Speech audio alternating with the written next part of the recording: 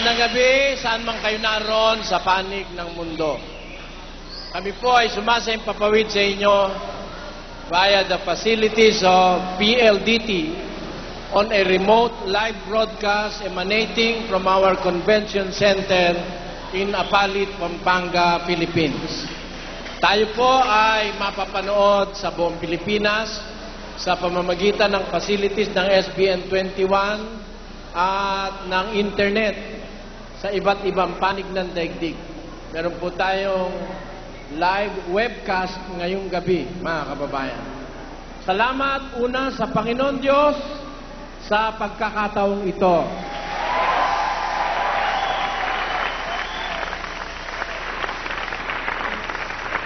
At ikalawa, sa lahat ng mga taong naging dahil para maisakatuparan ang live webcast and telecast na ito mula dito sa Pilipinas. At hindi po natin nakakalimutang pasalamatan ang tamang daan ng Iglesia ni Manalo.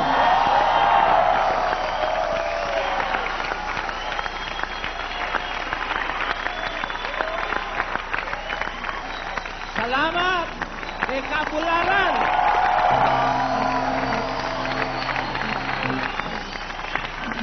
Salamat kay Caramel.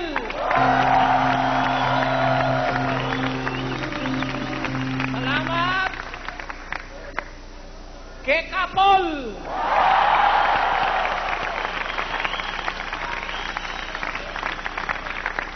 Salamat kay Panusilio.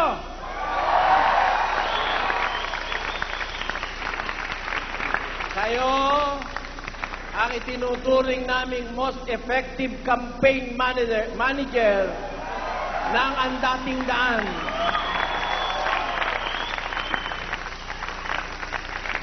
Had it not been for the Iglesia ni Cristos, ang Tamang Daan television program, hindi sana naanib sa amin ang mga taong ito na naririto ngayong gabi.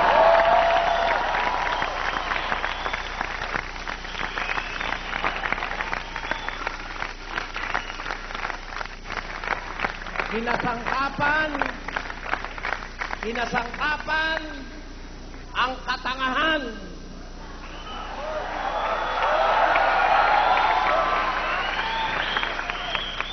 Ang kapalpakan ng antamang daan para matuklasan ng libo-libong miyembro ng Iglesia ni Manalo na sila'y niloloko sa kanilang samahan. Salamat sa Diyos! Sa Kanya ang lahat ng kapurihan magpakailanman.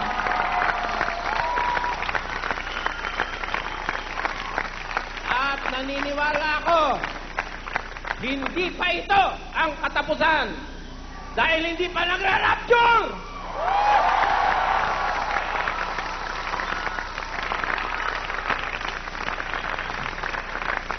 Ira-rapture muna ni Kristo ang nasa Iglesia ni Kristo ni Manalo na faith para dalhin sa dating daan.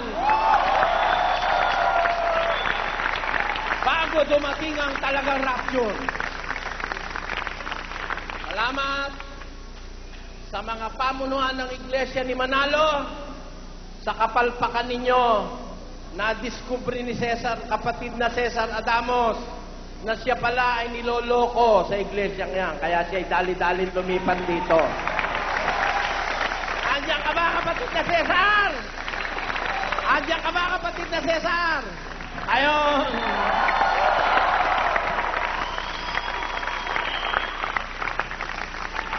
At sa awa at tulong ng Diyos, sa malapit na hinaharap, mas marami pang ministro ng Iglesia ni Manalo ang lilipat sa samahan ito.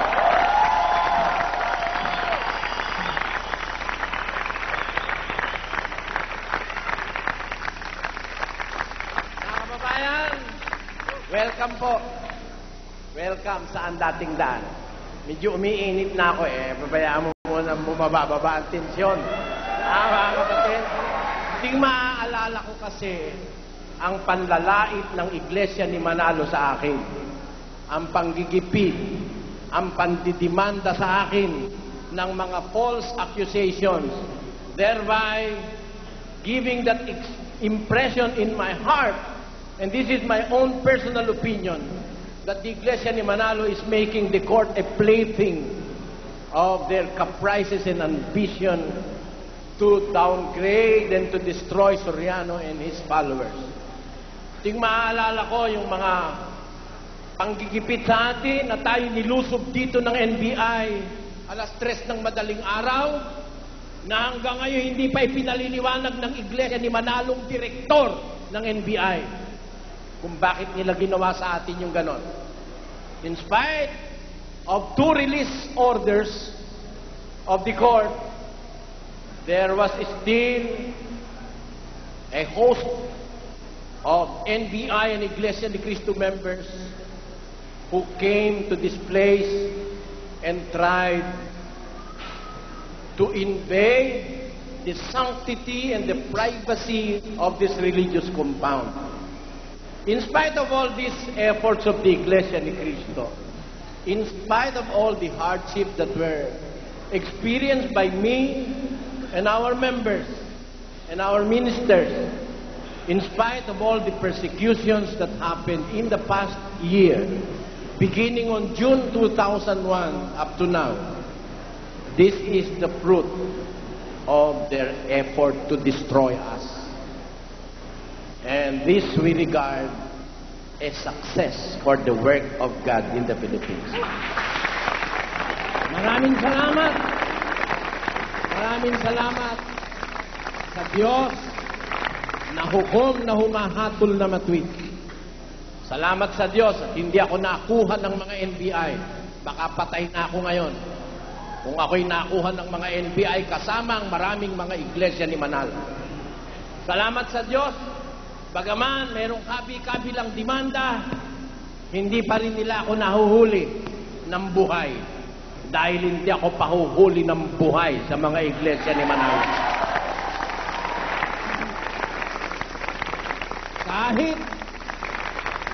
Kahit kasangkapanin pa ninyo ang ahensya ng gobyerno na impluensyado ng inyong kapangyarihan, naniniwala ako na ang bansang ito'y demokratiko pa rin at meron pa rin mga taong may pagnanais na manatili ang demokrasya sa bansang ito. At hanggang naririto kami, ipagtatanggol namin ang aming karapatan.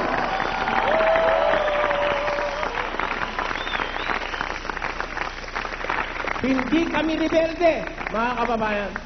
Hindi kami rebelde. Sumusunod kami sa utos ng Diyos na pasakop sa pamahalaan. Pero, pagka po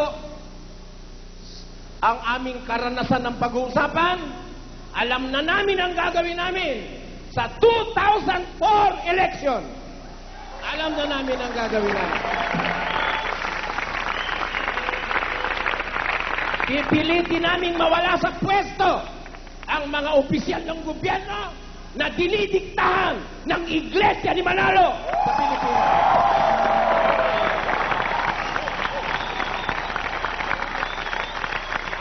At tandaan nyo yan, hindi namin kayo tatantanan!